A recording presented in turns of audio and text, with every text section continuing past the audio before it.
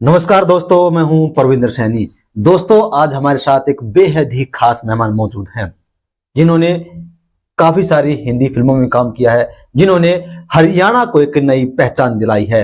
हरियाणवी कलाकार भी हैं वो। कई हरियाणा की जो सुपरहिट जो नाटक कहे या धारावाहिक कहे हमें, उसमें भी वो काम कर चुके हैं। अगर बात करें सुल्तान फिल्म में भी वो काम कर चुके हैं। इसके अलावा हरियाणा में एक लाल पिलूरा जो है बड़ा ही फेमस हुआ था, उसमें भी वो काम कर चुके हैं। तो हमारे साथ आज दीपक कपूर जी है। दीपक कपूर जी, आपका स्वागत है। नमस्कार जी। सबसे पहले तो मैं आपका भी स्वागत करता हूं और आपका धन्यवाद करता हूं कि आपने अपने चैनल पे हमें रेडी किया है। Thank you. दीपक जी, सबसे पहले मैं जानना चाहूंगा कि आपका बड़ा लंबा करियर रहा है टीवी सीरियल पर भी, फिल्मों में भी, और जो हरियाणा के नाटक में भी। लेकिन एक हरियाणा में कहावत है कि आपके अंदर ये कीड़ा कहाँ से आया, ये एक्टिंग का ये शौक कहाँ से लगा? ये जी बचपन से ही 1987 से ही हमारे गवर्नमेंट स्कूल था, हाई स्कूल। तो हमारे गुरुजी थे मास्टर बलवान सिंह राठी। तो उन्होंने मुझे सबसे पहले एक नाटक तैयार कराया था अयूब खां और लाल बहादुर शास्त्री का। तो सबसे पहले जो परफॉर्मेंस उसमें दी मैंने, अयूब खान का रोल किया। फिर उसके बाद उसी साल हमारे यहाँ गांव में रामलीला होती रही। हमारे पिताजी और चाचा ताऊ के बेटे और जितने भी रिश्तेदारी की कनेक्टिविटी है, सारी बिरादरी यहाँ पर पंजाबी रामलीला सभा रही है। तो बचपन से देखते आए थे, तो बस एक वो जो माइंड बन गया और उसी टाइम पे संकल्प कर लिया कि जीवन में और कुछ नहीं कर पाऊंगे, कलाकारी करानी है। बिल्कुल। लेकिन आपने बताया कि आप बचपन से स्कूल टाइम से ही आप इसमें लगे रहे हाँ हो। जी, स्कूल टाइम। तो आपके, मैंने देखा कि आपके कई जो है, पहले आपने हरियाणा में काम किया, कई आपके जो नाटक है हरियाणा में वो आए। जी जी। तो फेमस कौन कौन से रहे? एक लाल पिलूरा था। लाल फिल्म में बहुत फेमस रहे लाल पिलूरा, ओका बरा दे साड़ी थे, बम्ब लहरी जो सबसे पहले मैंने गाया, महावीर गुड्डू भाई साहब ने गाया था। उसके बाद मैंने गाया। हमारे बाद फिर गजेंद्र फोगाट और कैलाश खेर सब लोगों ने गाया। वो मेरा हिट रहा। भोले बाबा की चिट्ठी करके एक एल्बम थी। फिर उसके बाद समाज के दुश्मन, संत रविदास, सोमवती चाप सिंह, बहुत सारे ये हिट प्रोजेक्ट दिए उस टाइम पे। 2001, 2, 3 तक मतलब कि सीडी का एक दौर था, एक पराकाष्ठा थी सीडी लाइन की। सीडी फिल्में आती थी, तो उसमें बहुत सारा काम कराया। क्या आप 2 लाइनें गुनगुनाएंगे लाल पिलूरे की? हाँ, लाल पिलूरा था जी मेरा। तू तड़क्या का इब दिख्या, तू तड़क्या का इब दिख्या, क्या मैं वार लगाई से, हद से ज्यादा आज पिलूरे बाट दिखाई से। ये बड़ा हिट रहा था। इसे बुड्ढे का रोल कराया था। दीपक भाई, एक चीज है कि जब हम थोड़े छोटे थे तो उस समय जो हरियाणा के जो टीवी सीरियल थे वो बड़े पॉपुलर थे, जिसमें जो आपने नाम लिया सीडी का। हाँ जी जी। केबल पर बड़े नाटक चलते थे, लोग बड़े शौक से चाव से देखते थे। जी जी जी। तो लेकिन आज ऐसा क्यों लग रहा है कि लोग उससे थोड़ा पीछे हट रहे हैं? आज इतनी पॉपुलैरिटी क्यों कम हो रही है? नहीं, आज बल्कि बढ़ी है। वो दौर सीडी फिल्मों का था, फिर डीवीडी का आया, तो अब यूट्यूब का दौर है। पहले क्या होता था कि प्लेटफॉर्म नहीं थे। हम जैसे कलाकारी करते रहे तो बहुत सारे 10-12 साल तो यूं ही गुम हो गए कि भाई हम कलाकारी कहाँ दिखाएं।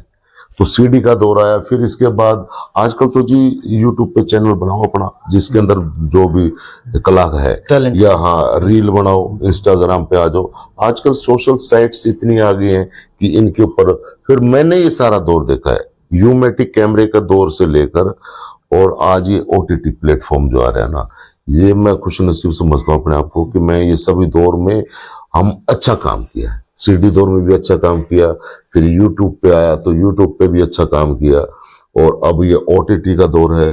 Netflix, Amazon Prime, Stage app आई है, अच्छा काम कर रहे हैं। चौपाल ऐप आई है, अभी 1-2 ऐप और रिलीज होने जा रही है, फास्ट 1 करके भी आ रही है। तो उन पे सब पे काम कर रहे हैं। दीपक, अगर हम देखते हैं आगे, एक तरफ हम हरियाणा को देखते हैं, दूसरी तरफ हम पंजाब को देखते हैं, तो पंजाब जो है काफी आगे निकल चुका है इस इंडस्ट्री में। तो हरियाणा पीछे क्यों है? वजह क्या है इसकी? हरियाणा में सीखना नहीं चाहते। हरियाणा में अड़े वह बात है, मतलब कृष्ण जी ने बांसुरी तो बजाई मथुरा में जाकर, उड़े वृंदावन में जाकर बांस बजाया, अड़े क्षेत्र में आ गए। तो अड़े ज्ञान की किसी पास कमी नहीं है।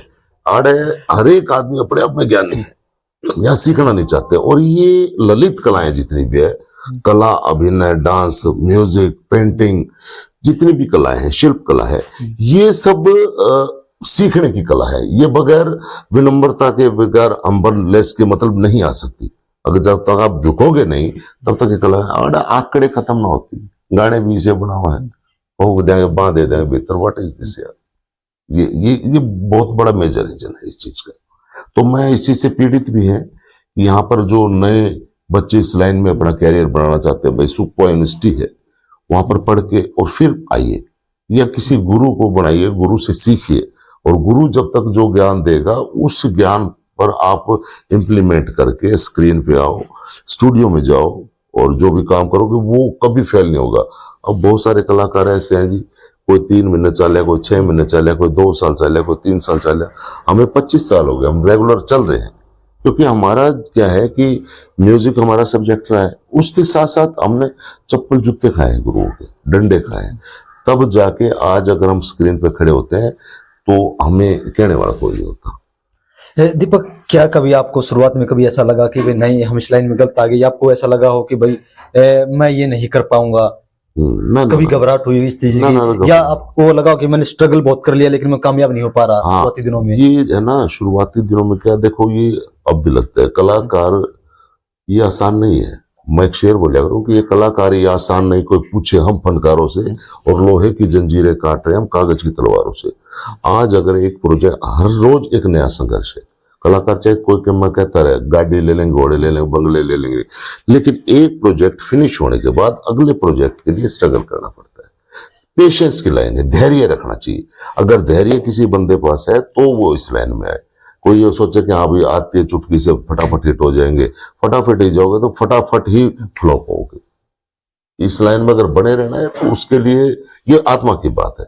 यानी कि जितने भी नए जनरेशन है वो इस ग्लैमर को देख के, भाई चकाचौंध को देख के कब ले हम 20 लाइन मावा, लेकिन इतनी आसान नहीं है।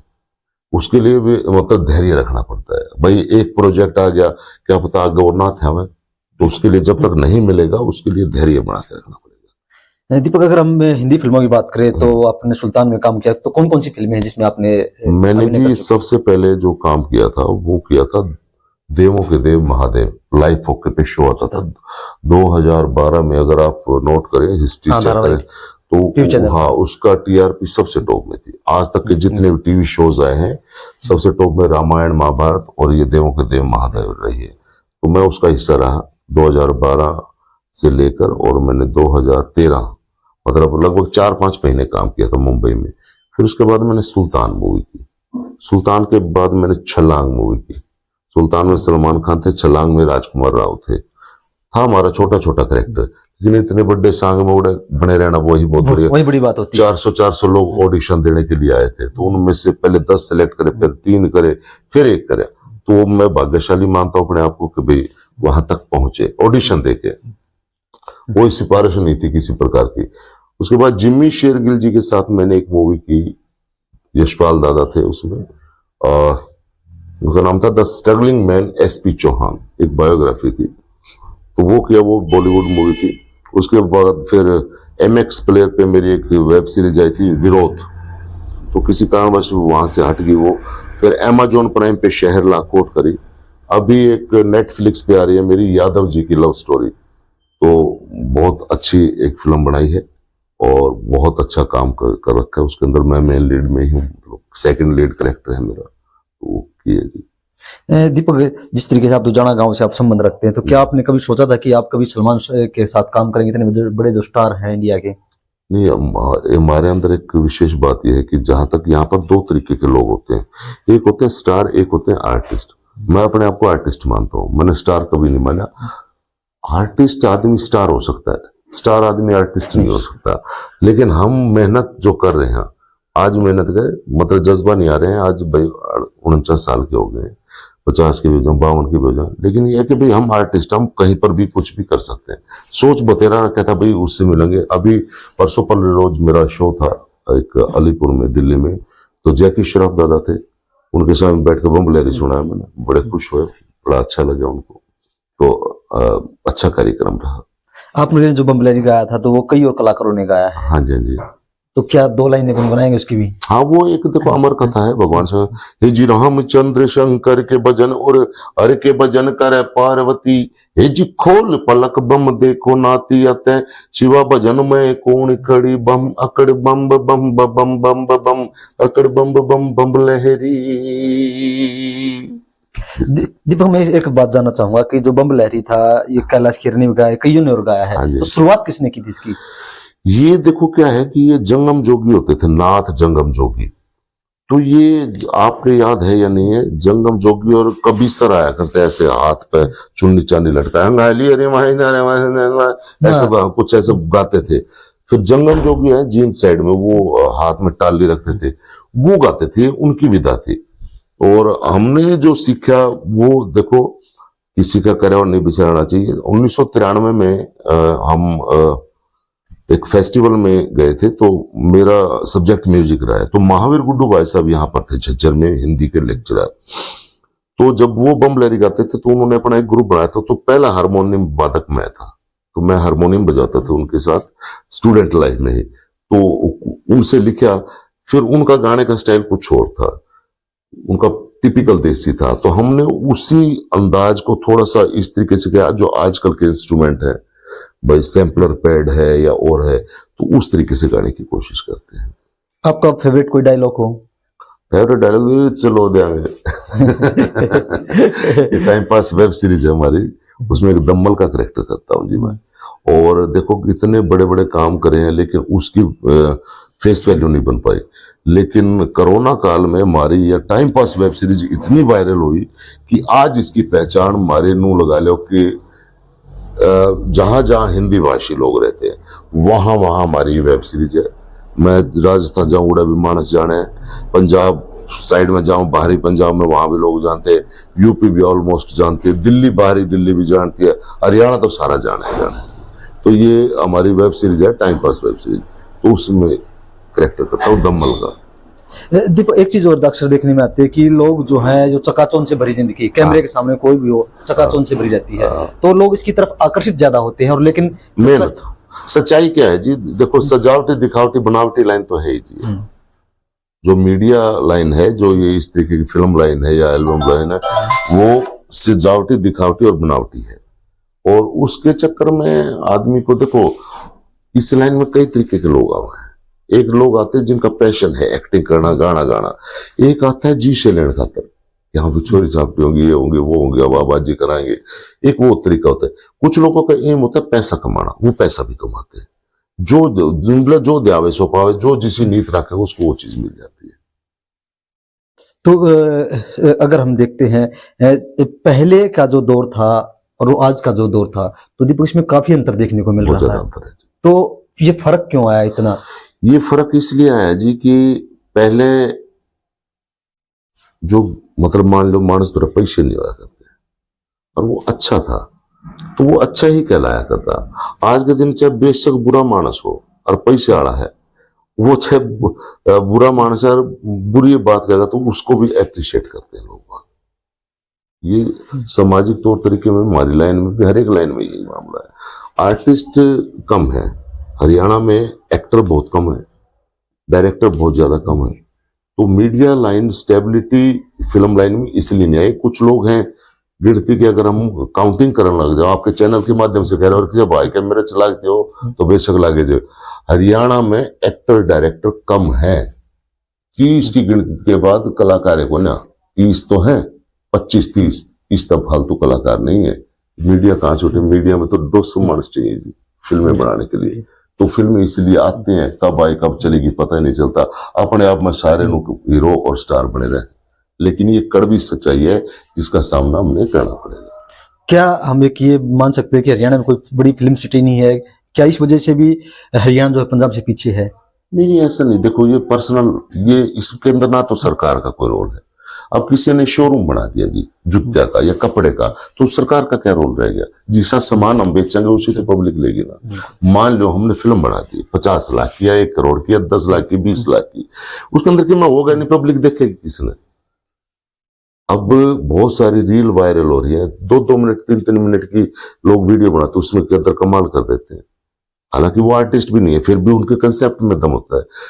जितना बिकता है हरियाणा में कहीं पर भी कंटेंट बिकता है, शब्दावली बिकती है। हमारी जो हरियाणवी कल्चर है, हमारे यहाँ पर बोल बिकते हैं।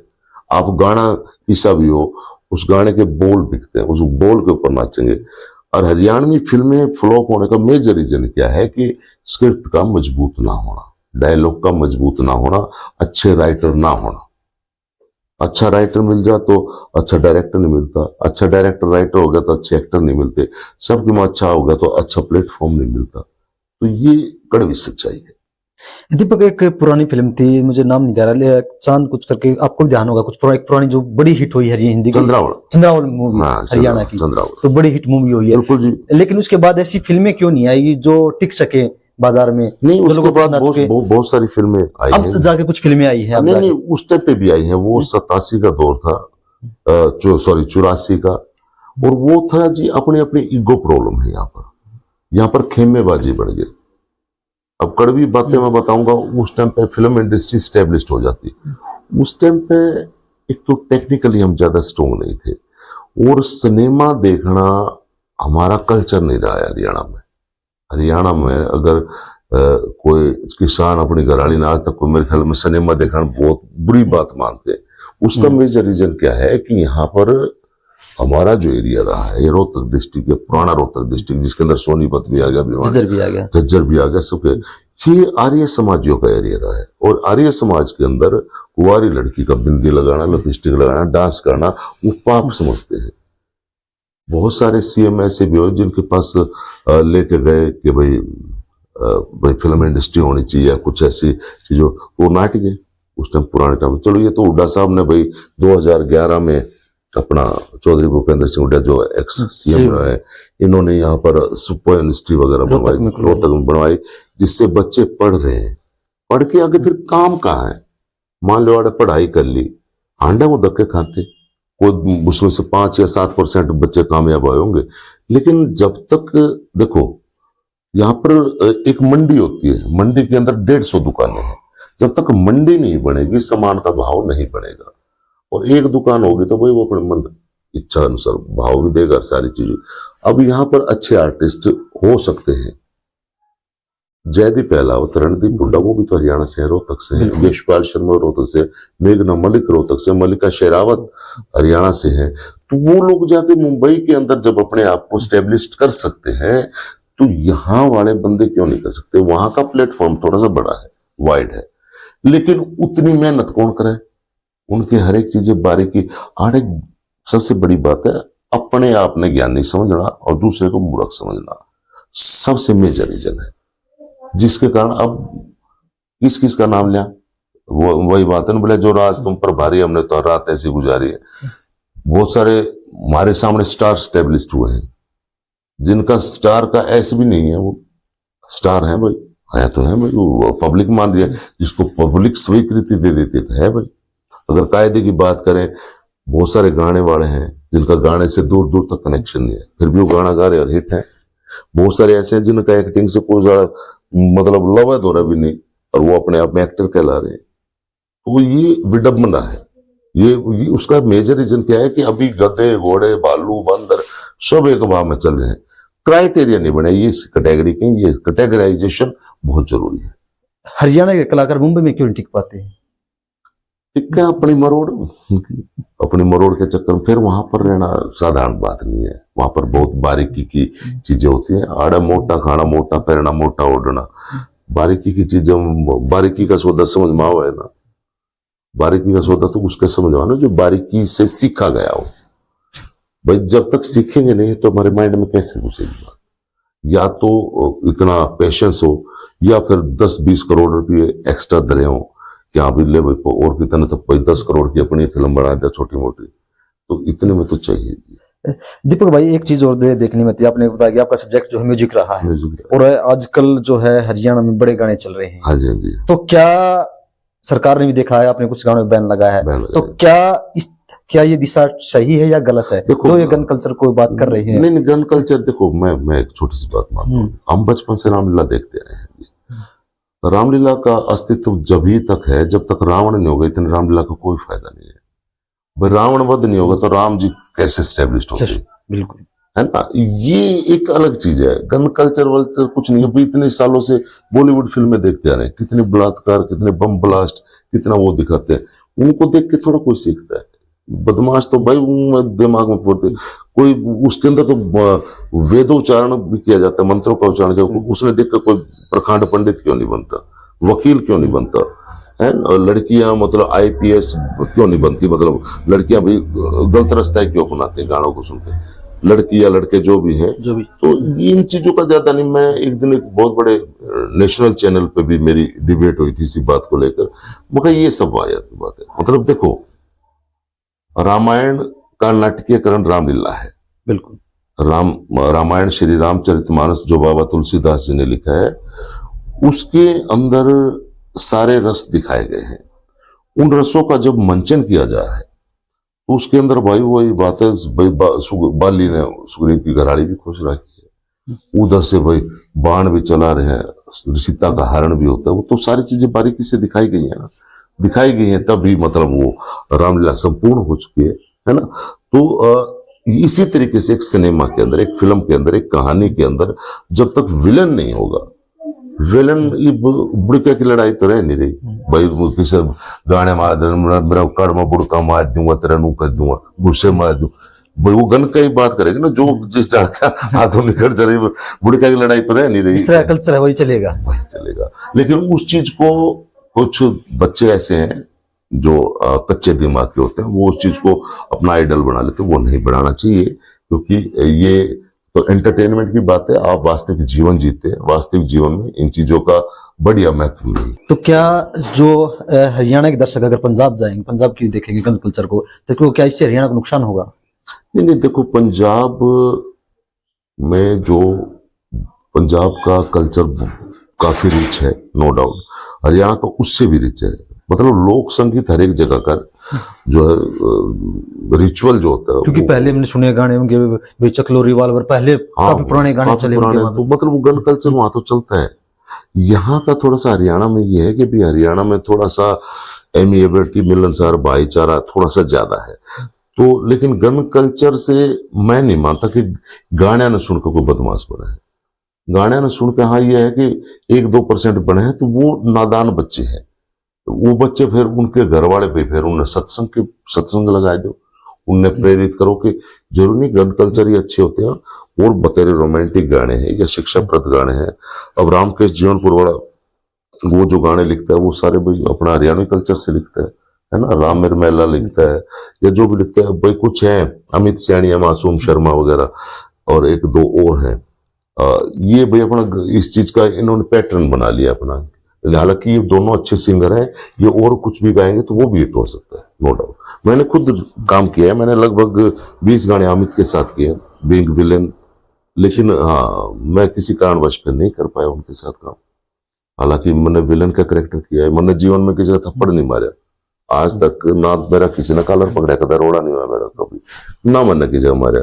और मैं जितनी फिल्मों में इतने बलात्कार, इतने मर्डर और इतने सब कुछ कर चुका हूँ, हमारे पर तो असर ना हो उस चीज का। एक छोटी सी बात है, क्योंकि वो अभिनय है। मैं यही बताना चाहूंगा दर्शकों को कि कलाकार अपनी कलाकारी दिखाता है, उस चीज को वास्तविकता ना समझे। वो एक ड्रामा है, वैसे तो पूरा जीवन ही ड्रामा है, लेकिन वो वास्तविकता नहीं है। सन्नी देओल का रोड लग गया सर में, अगली फिल्म फिर खड़ा पावा है, अड़े गए सर में, ईट मार दी सड़क को, मुंह में चले डाय डाय करता, क्या फायदा उस चीज का, ये चीज है। तो आप अच्छे कलाकार कैसे मानते हैं हरियाणा में? बहुत सारे हैं, ये तो रोड़े की बात है यार। नो तो मैं किसी ने कह दूंगा, नु यार तेने मेरा नाम नहीं लिया। सारे बहुत अच्छे हैं, लेकिन मेहनत करो भाई। जितने पुराने हैं, मेरे से छोटे हैं, चाहे बड्डे भी है मेरे से, उनको भी कह रहा हूँ भाई साहब, मेहनत नहीं करोगे अस्तित्व खत्म हो जाएगा। मेहनत करो, अपने ऊपर काम करो। ये पेट मेरा बढ़ रहा, मैंने भी छोड़ दिया सारा सौदा। लेकिन ये जो है ना, स्टारडम तभी अच्छा लगता है जब कुछ करके स्टारडम होता है ना, तभी अच्छा लगता है। खामखा की वाहियात बातें करने से नहीं लगता। अच्छा, कई अब क्या है कि कोई छोटे छोटे चैनल चल रहे हैं, उन पर इतना वाहियात कंटेंट डाल रहे हैं लोग बाग उनको पसंद कर रहे हैं। लोगों का भी, पब्लिक को भी मैं ये कहना चाहूंगा कि भी अच्छी चीजों को रिस्पॉन्स देना चाहिए। बुरी चीजों को रिस्पॉन्स दिया जा रहा है, वो तो स्टार बनेंगे। जब तक अच्छे लोगों को, अच्छे कलाकारों को रिस्पॉन्ड नहीं किया जाएगा, उनको रिस्पॉन्स नहीं मिलेगा, उनको अप्रिशिएशन नहीं मिलेगा, तो भाई बुरे लोग भी उसी कैटेगरी में, अच्छे भी उसी कैटेगरी में है। दीपक कपूर का सपना क्या है? मेरा सपना तो यह है कि मैं एक 5 फिल्में बनाना चाहता हूँ। 5 फिल्म मैं अपने हरियाणा में, मैं सिंगल मैन भी मुंबई या दिल्ली या चंडीगढ़ का नहीं बुलाना चाहता। अपनी इंडस्ट्री, अपने लोग, अपने काम करने वाले, अपने स्पोर्ट बॉय, अपने एडिटर, सारे उच्च कोटि के हो, अपनी हरियाणा इंडस्ट्री। मेरा सपना ये हो। क्या इसके लिए बजट की अभाव है या कुछ समस्या है और कुछ और है? नहीं, वो समय लगेगा। अभी मंजिल, क्योंकि अभी उम्मीद नजर आने लगी है कि भाई वो चीजें नजदीक है, बहुत सारे अच्छे अच्छे काम होने लग रहे हैं।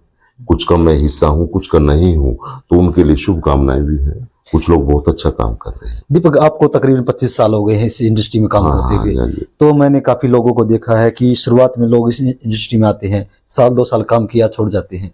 तो उन लोगों को क्या सीख देंगे? क्या वो अपनी मंजिल को पा सकते हैं इस लाइन में आकर? बिल्कुल पा सकते हैं। धैर्य है सबसे बड़ी चीज है, धैर्य है। पेशेंस जिस मानस में है ना, वो तो जीवन में भी धैर्य और सब्र सबूरी एक बार करके लगे रहो भाई, तपना पड़ेगा। एक जीवन, मन जीवन में और कुछ नहीं करा। मैं किसी प्राइवेट स्कूल में नौकरी कराया करता, कॉलेज और स्कूल दोनों थे। पुण्य आत्मा भरी 14 साल नौकरी करके, मतलब मैं कदर टाइम पे नहीं पहुंचा वहां पर। वो क्या करते, टाई लगा कर डाडी साहब, भाई मैं तो शूट से आया हूँ, मैं ही बढ़ाऊंगा, मन बालक पढ़ाने, मैं तुम मॉडलिंग कराओगे मेरे उधर, क्या कराओगे। तो कहने का भाव ये है कि धैर्य, सब्र सबूरी, और फिर अपने लक्ष्य के प्रति ईमानदारी, वो जरूरी है। अपने काम के प्रति ईमानदारी। हम जहां पर भी काम करते हैं वहां का 100% दें। कोशिश ये करें किसी प्रोड्यूसर का नुकसान ना हो, हम अपना 100% दें। तो चलिए दोस्तों, तस्वीर पूरी तरीके से साफ है। चकाचौंध की दुनिया जरूर है फिल्म इंडस्ट्री, लेकिन यहाँ पर आपको धैर्य जरूर रखना होगा। अगर आप धैर्य रखेंगे तभी इस जगह पर आप टिक पाएंगे और लंबा सफर जो अपना तय कर पाएंगे। दीपक भाई, अपना कीमती समय देने के लिए आपका बहुत बहुत धन्यवाद। शुक्रिया जी।